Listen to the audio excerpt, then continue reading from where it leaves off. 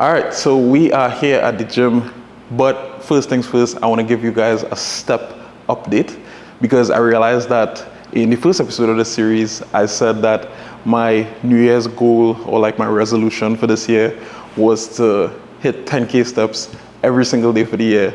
And then I like never followed up or updated you guys with that. So just so you know, I have been grinding in silence. So this is my health app. So you can see this was December 31st. I did 7,272. Then Jan, and then you can see where the bar is. So every day after that, third, fourth, and then this was over 11,000. And yeah, we pretty much hit it every single day up until today, where we had 3,000 for the day so far. So there should be another 10K day. So yeah, I'll update you guys on that ever so often because I really want to show you guys that I got to stick to my word on that. I want to show you guys how it kind of like impacts training, so you can see just how much of like a positive and a benefit that it is. And yeah, hopefully you guys can implement it as well. So yeah, today is supposed to be pretty easy. Deload deads. So I kind of show you guys how I deload and how I like set myself up for a new training block.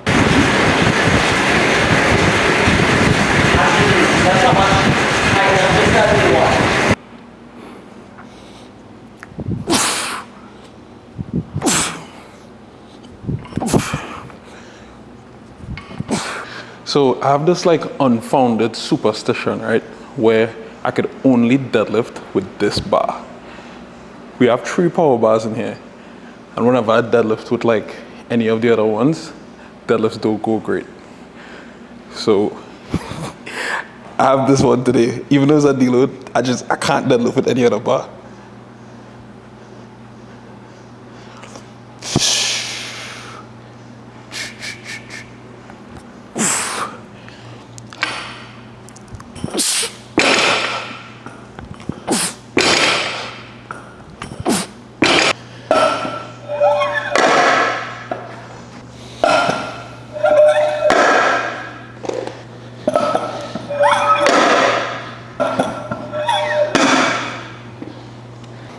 So like I told you guys, we are deloading today.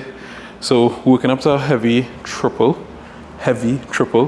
And my mindset with a deload is just kind of like, I want to set myself up for the next phase while at the same time, kind of like dropping fatigue. So yeah, your number selection is critical during a deload.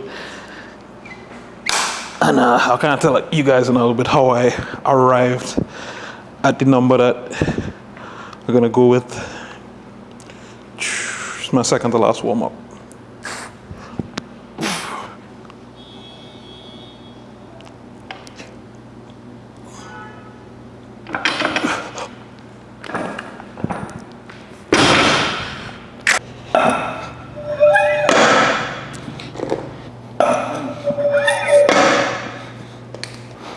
All right, last warm up, 595.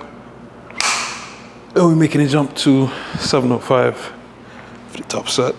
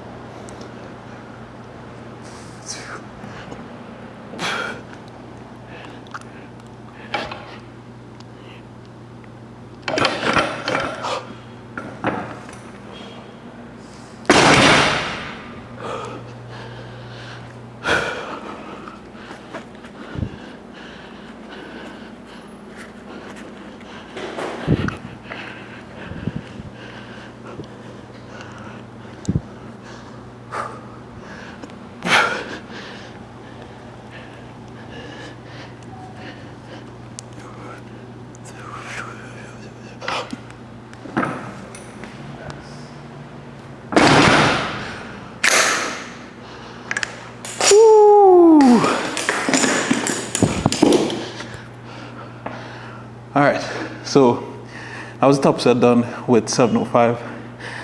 And one of the questions I actually get a lot is how do you decide when to use straps on deadlift? Because sometimes you guys see me do like the first rep hook, then the second 2 straps, or the first 2 hook, then the last 1 straps.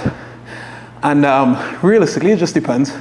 So sometimes I do it to save my hook. So like in this example, today with 705, I could have like done all the reps hook, but I just prefer to, just kind of like save the hook, because hook is not really something that you, how to put it, it's not really something that you could train or get stronger.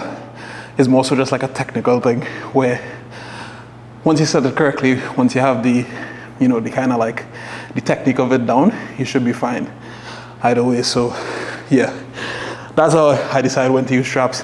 Sometimes it's because my grip is failing and I don't want to like re-choke, and I just prefer just to like strap up and take it quick, kind of like with the 838 set last week. So yeah, different reasons, different times.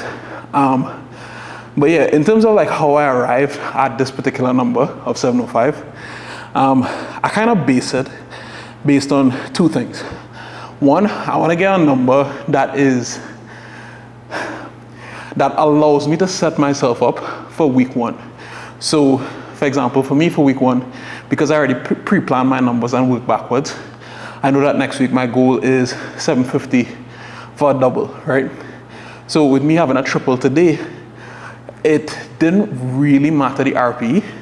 I just needed a kind of number that would set me up for that 750, and also a number that I know I can hit on any given day, a number that is fairly easy and that would drop fatigue. Because if I was just going based on what is easier and I could drop fatigue with, I would go 650. But then next week I might come in and all of a sudden the weight is feeling foreign, feels heavy, because I got a little bit detrained because I deloaded too hard, So you kind of want to go within like a comfortable range in between that like drop in fatigue and then also, still being trained. So yeah, have a few back downs today. We drop in a set of the back downs, so it's only 3. And yeah, let me catch my breath and load this on.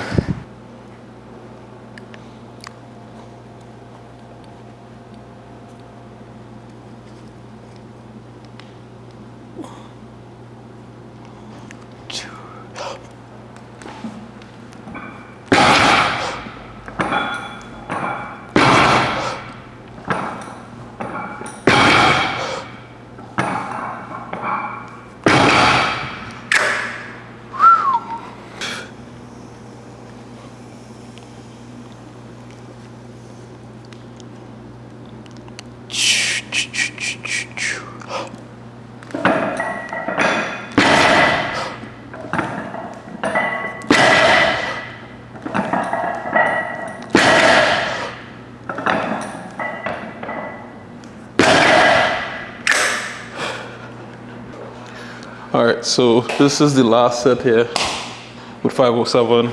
As you can tell, I really sandbagging these back downs. But it's one thing, I was actually listening to our podcast on the way here. It's like a topic that I find very interesting, and I want you guys to comment on this down below. And it's about S-tier lifters, right? So if you guys don't know about like what S-tier is, basically in our ranking system, S is like the highest if you're ranking in terms of letters. So you have S, then A, B, C, D, F, right? And the way how it kind of came about originally was Bob said that in his mind, there are no outlier 93 kg lifters. And then Gavin had commented on that in a podcast, and he was like, that he took offense to that, right? And to be honest, I kind of agree with Bob. Like I don't know, like to me, in my mind, there are only like a handful of like genuine outlier lifters on the male side in powerlifting right now. I won't necessarily name who those are, but if you listen to this right now, comment down below and let me know who you guys think are the like genuine, like cream of the crop outlier lifters in powerlifting, because I don't know, I feel like there are a lot of like good and great lifters, but only a few who like really have what it takes to be the best of the best. So let me hit the set.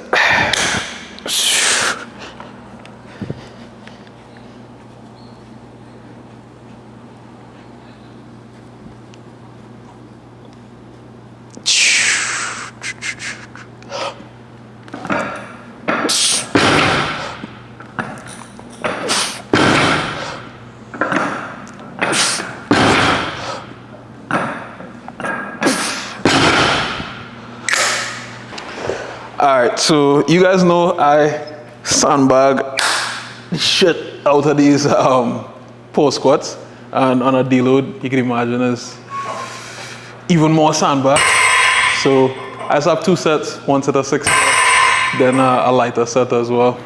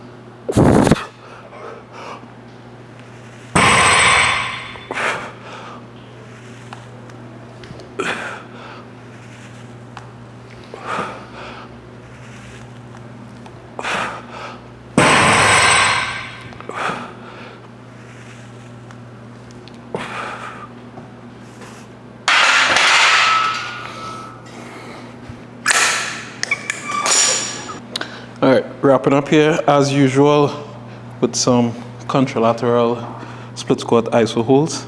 So you guys know I've been locked in on my diet pretty hard, but today is definitely a fast food day.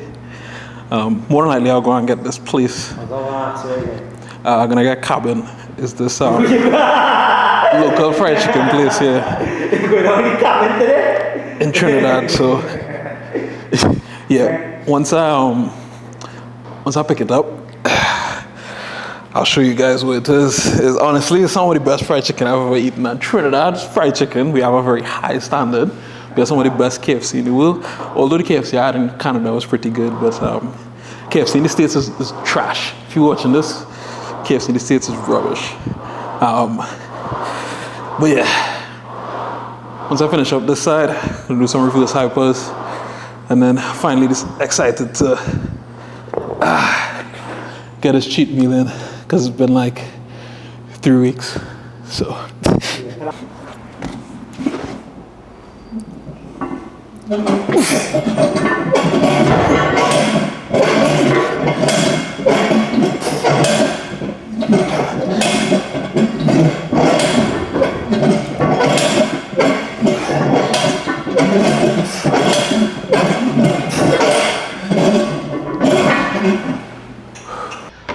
all right, so we are home. I have secured the Cabin fried chicken.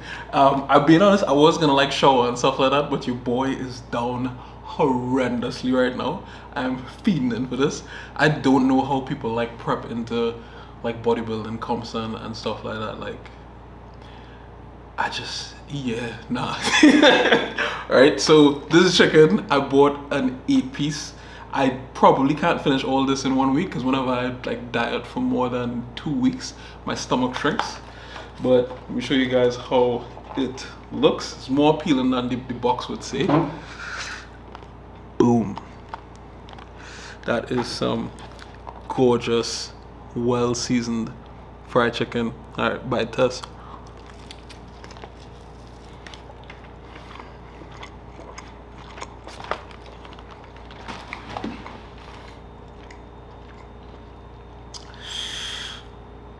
So it's very, very worth it. And then I have 2 fries as well. One is just like regular fries, a little bit of like seasoning on top. And then the other one is absolutely drowned in sauce. So that is ketchup, garlic sauce, and some sweet sauce as well. So yeah, as I said, I probably can't finish all of this. I probably bought too much food. But yeah, that's a cheat meal. Back on the grind from week 1, day 1 of the next block. And I'll catch you guys in that video. Peace.